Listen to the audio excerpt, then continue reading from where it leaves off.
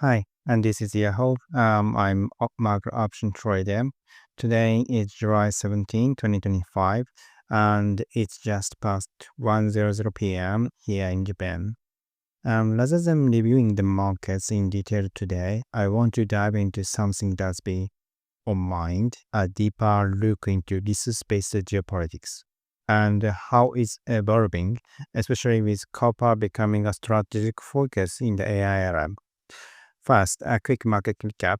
The market Nikkei closed yesterday at 39663 and it's trading around 39667 during the day session, relatively stable.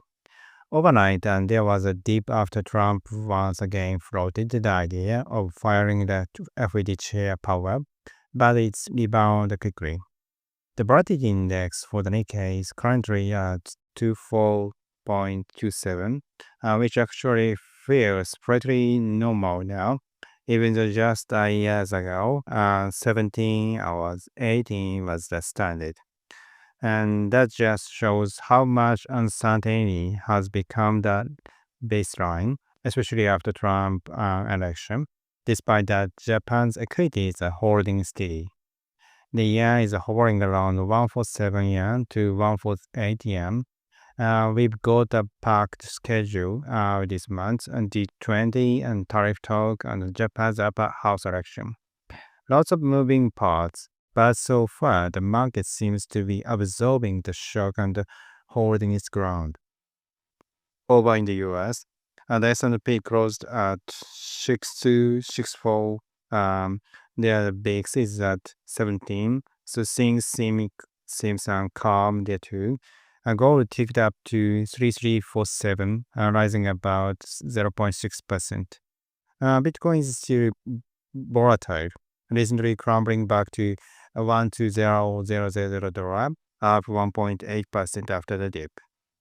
Okay, now on to the main topic, resource geopolitics. Lately, I've been thinking a lot about copper and how it's becoming the next battleground in the global resource race. We have been seeing the G20 hosted more frequently in Africa, including the upcoming summit in November. That shift matters. Why? Because Africa is central to the global copper supply, especially countries like the Democratic Republic of Congo and Rwanda. Copper is critical not only for energy infrastructure but also for building AI hardware, chips, and wiring the machines. So this is bigger than oil.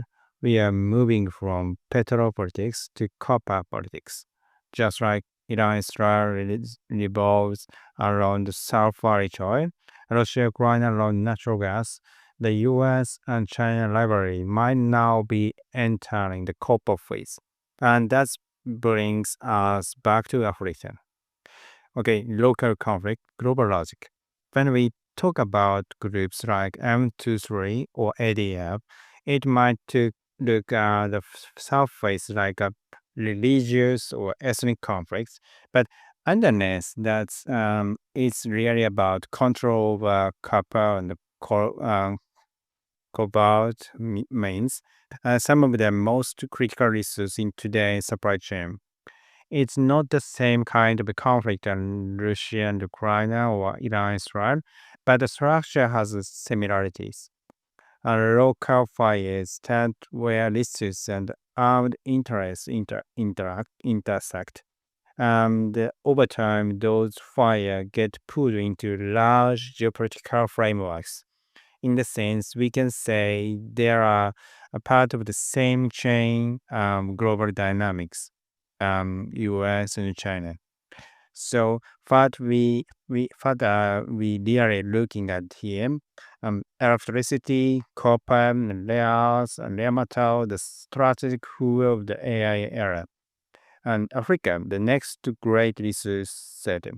And behind every mine, and there might be shadow of US and China rivalry. It's all connected. Resource politics and local instability and global economic and transformation. And if we want to understand where the markets and the risks are heading, this is one of the key layers we have to watch. Okay, that's it for today. As always, please view my contents the way you would a long dated put option with patient and structure and a deep focus. See you tomorrow.